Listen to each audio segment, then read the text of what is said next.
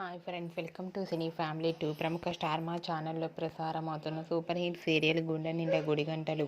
గుండె నిండా గుడిగంటలు serial heroine అమూల్య గౌడ. అమూల్య గౌడ ఈ సీరియల్లో మీనా క్యారెక్టర్లో చాలా అద్భుతంగా నటిస్తుంది.